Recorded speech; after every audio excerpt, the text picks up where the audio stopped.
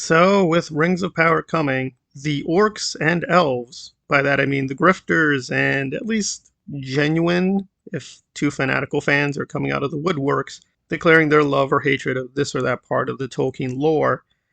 And we're going to focus on one minor grifter, Lyndon, who works with the Geeks and Gamers team, which is kind of notorious for not knowing anything about Lord of the Rings, at least the books. So, he's kind of their go-to guy in terms of the book knowledge, which we're going to show is not very strong.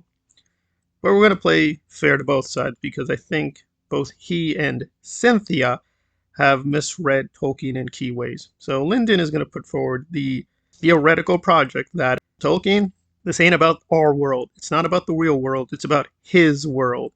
And in a sense, he's correct, but in a sense, he's actually very, very wrong.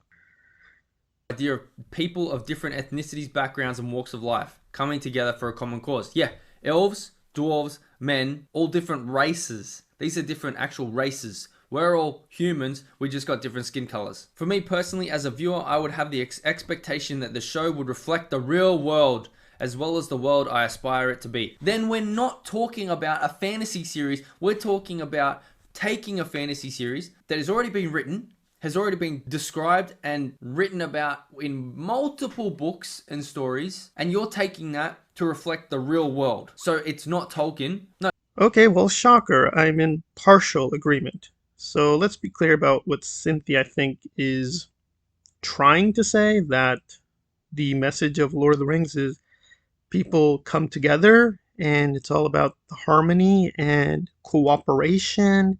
So having issues with a black queen in Numenor, that's just showing you don't know Lord of the Rings. Well, okay, being the most generous, I guess at a thematic level, that's true, but that's a tautology. Yes, groups and races came together in the Lord of the Rings story proper, but is there a subtext to the real world about interracial cooperation or humanity coming together? I don't think so. In the letters, he clarifies that, despite what many fans think, Lord of the Rings is a tragedy. It's supposed to be a very sad story. It's not supposed to be a happy, hey, everyone banded together and defeated Sauron. That's not the message of the books. So, I guess at a basic thematic level, she's correct. But if we go further into it, no, she's wrong. And I think Lyndon is wrong. Let's hear a little bit more before we bring in Tolkien himself. Taking the stories that he's made and then maybe branching off from that. You're recreating the story that he's made. Here's what the showrunners just said. They're talking about one of the letters that Tolkien published where he wrote about wanting other minds and hands to create art in his legendarium. Let's take a look at that actual letter and see what he actually said. I will draw some of the great tales in fullness and leave many only placed in the scheme and sketched.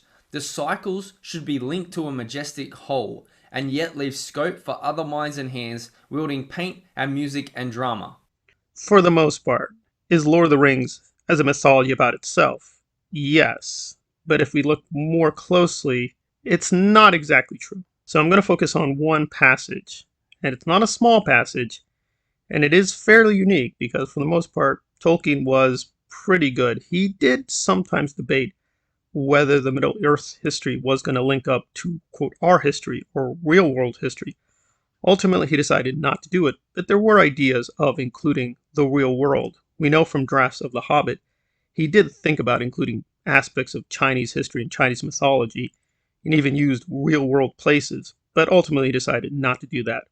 So sticking just strictly with the published text, we do find a very odd passage. Now goblins are cruel, wicked, and bad-hearted. They make no beautiful things, but they make many clever ones. They can tunnel and mine as well as any, but the most skilled dwarves. When they take the trouble, though, they are usually untidy and dirty.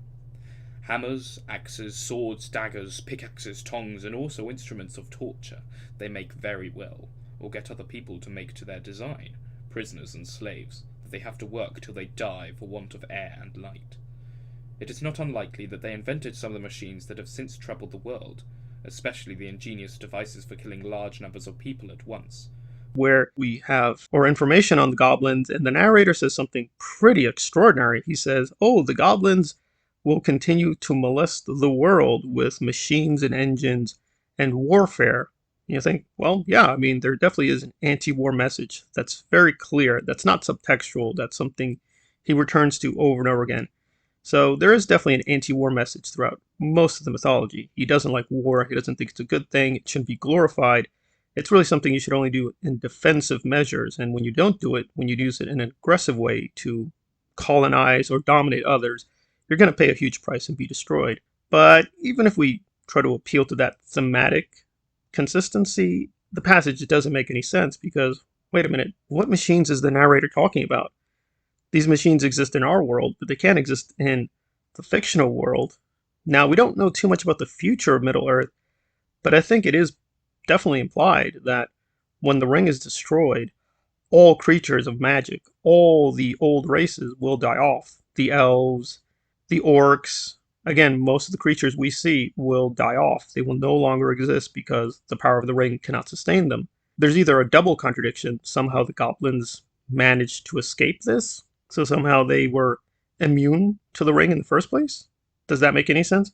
And we can imply maybe they did survive to become these kind of, I guess, war profiteers or join the military industrial complex so we can maintain consistency. But that just adds another contradiction, namely, well, how did they get this immunity? If they're not immune, then they should be not even existing, but they have to exist. The text is telling us they exist in the future, and they're part of apparently the Pentagon or all these militaries in the universe. So it's like, wait, how did that happen? And you could be like, well, maybe it's the fictional world, but at the very best, it's a question mark. We don't know enough about the future, but it does seem implied these kinds of creatures wouldn't be existing in the future. So either The Hobbit is not canonical or Lord of the Rings is not canonical. But both texts can't be canonical, or the narrator's just confused. The best way, I guess, to harmonize the text would be these are not consistent narrators. They're just different narrators telling different versions of this larger mythology. That doesn't get rid of the contradiction, but that's probably the best we can do. Lyndon is wrong. Again, this is a passage, as far as I know, pretty unique. He usually doesn't do it. For the most part, he was very good at constraining things. And again, even within the published text, he did inform Christopher and others, yeah, I made a mistake. Please get rid of that, edit that out. But again, as far as I know, this has never been edited out. And I don't think they've ever answered the question like, well, how does this work exactly? This is a major kind of exceptional passage within the mythology. It does seem he's talking about our world, not the Middle Earth history, but don't know. We have to look further. Lyndon is wrong, and I think Cynthia is wrong, so they're both misreading Tolkien. In terms of the central question, is Tolkien talking about the real world?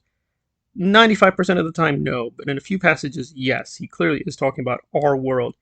I would advise people, however, don't try to use it as a crowbar to put in too many things like gay elves or all these other messages or agendas. And on the right wing side, don't think, oh, this is a white supremacist text about beautiful Aryan elves and there are no black elves. I think that's also a misreading. This passage is real, it does exist, it's in The Hobbit, it's been published quite a few times. It is what it is, it does seem to be about our world.